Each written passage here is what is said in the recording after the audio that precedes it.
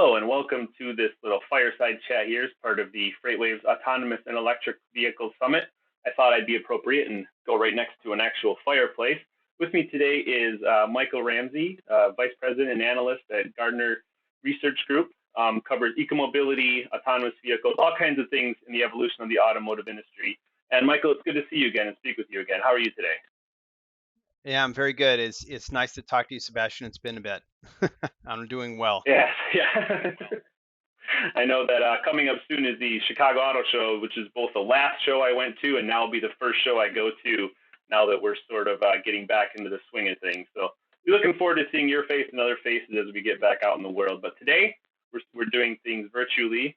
And for people who don't know, I brought a few things up about your field of study, but the things you research and the number of automotive topics that you cover for Gardner, everything from, again, autonomous and electric vehicles, but connected and digital ecosystems, and also ways for OEMs to possibly monetize these sort of things in the future.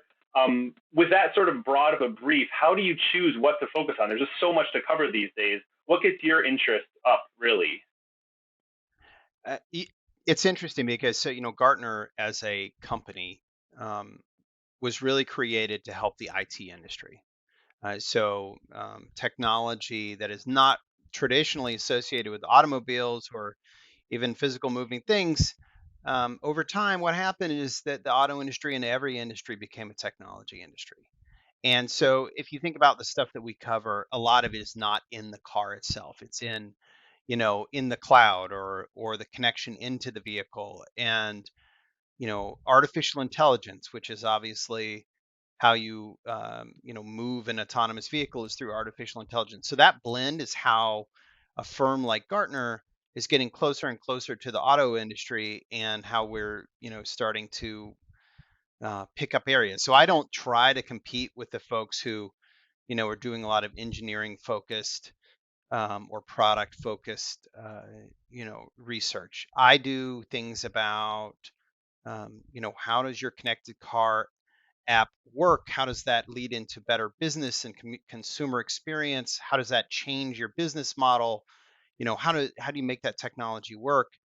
And with autonomy, I personally have focused a lot on business models.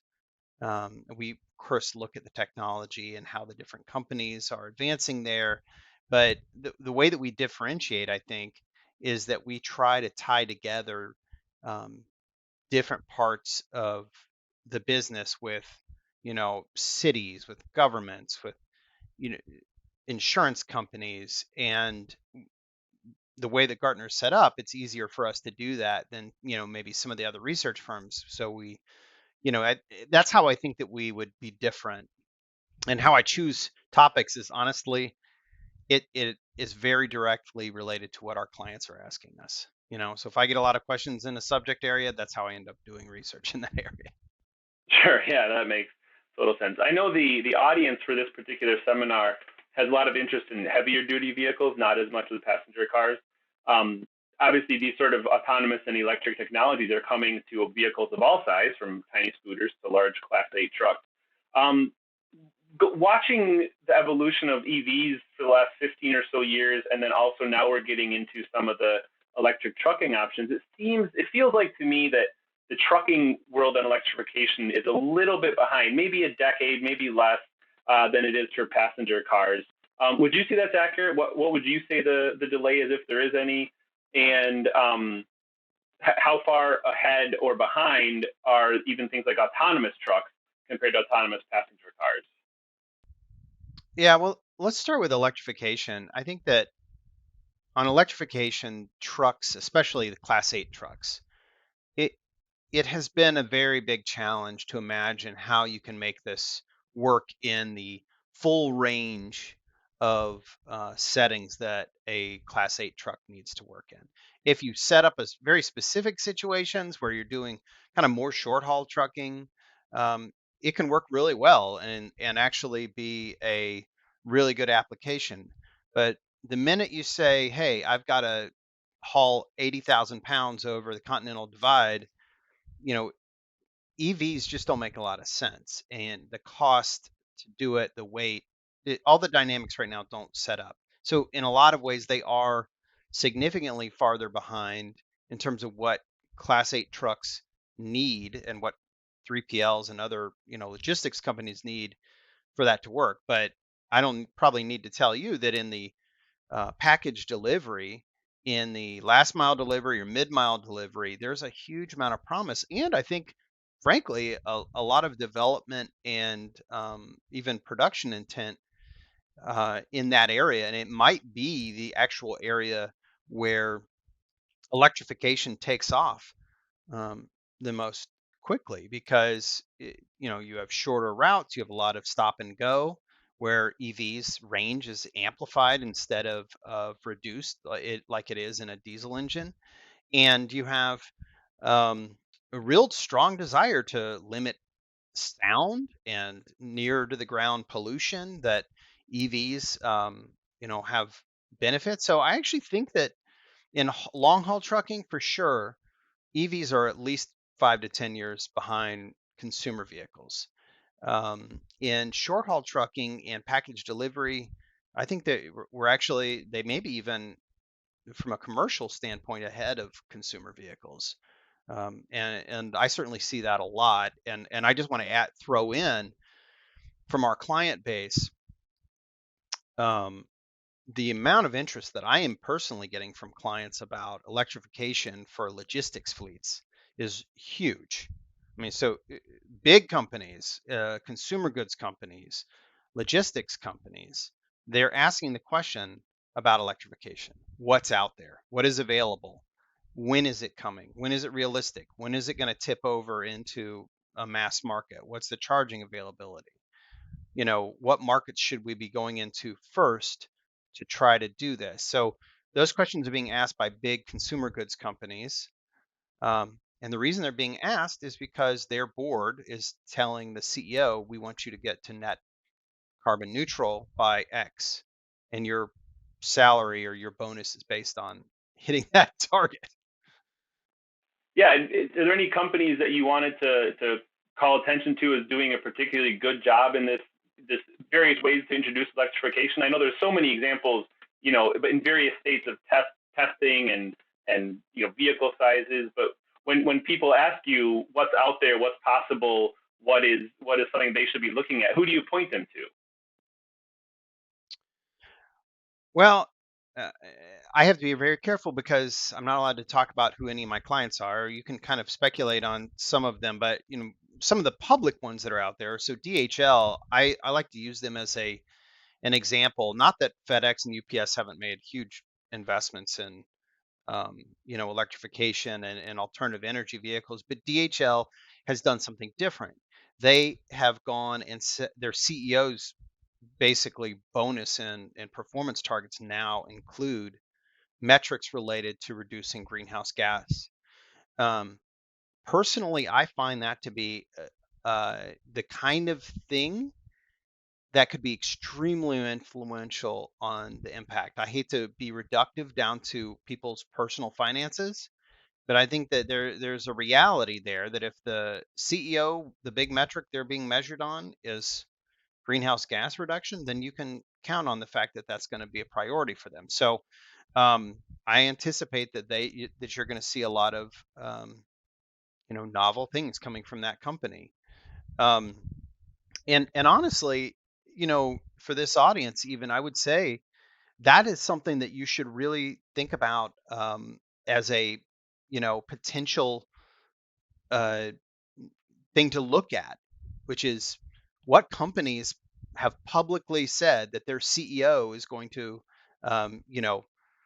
have to have new metrics to follow to get to, higher electrification or automation. Hmm.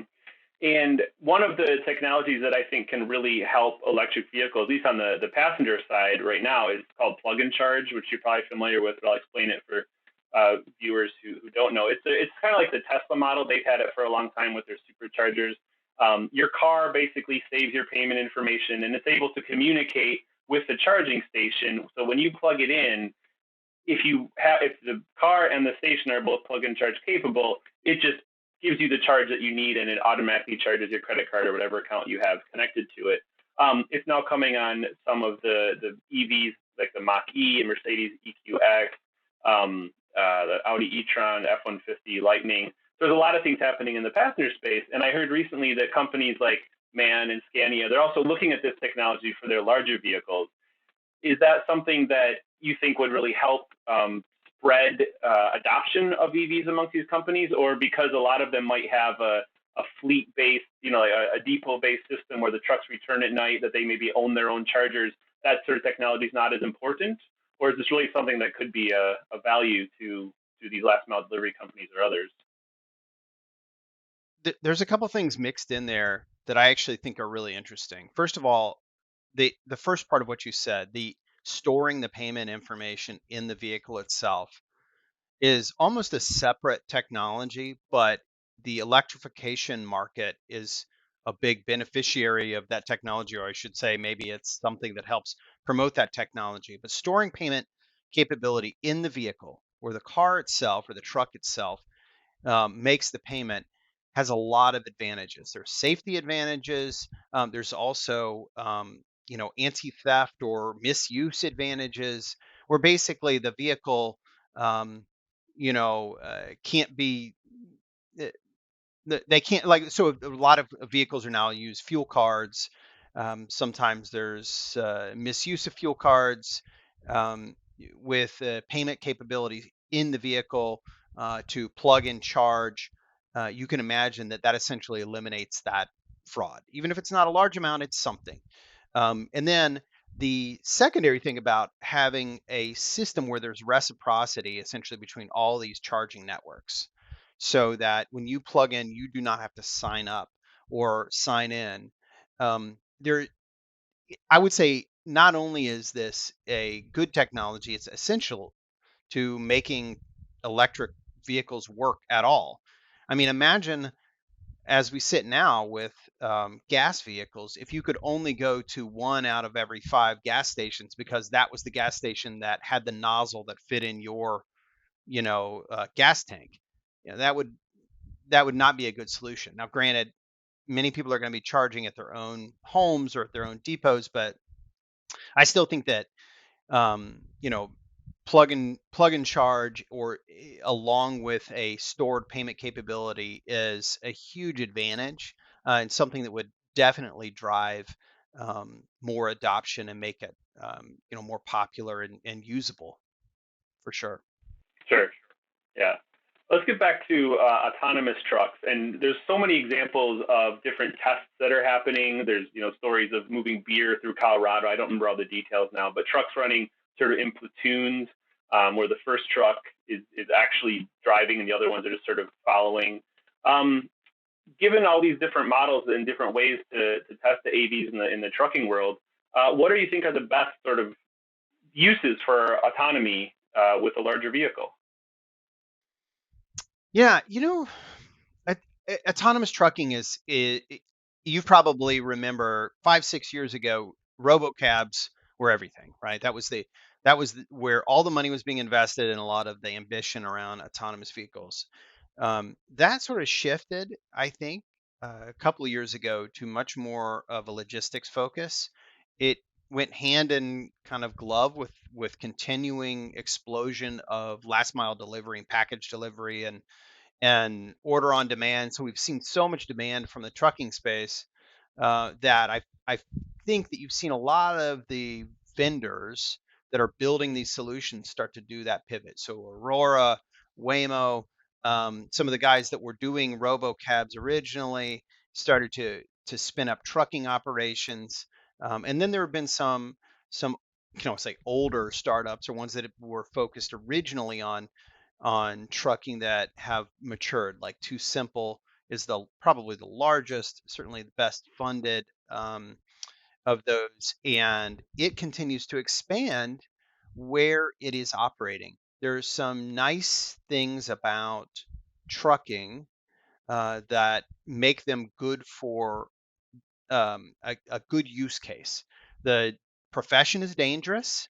The cost is relatively high, in terms of paying the driver and there's a functional labor shortage, and you might be able to increase output, meaning run much longer routes, and essentially capacity utilization is better with an autonomous truck driver essentially.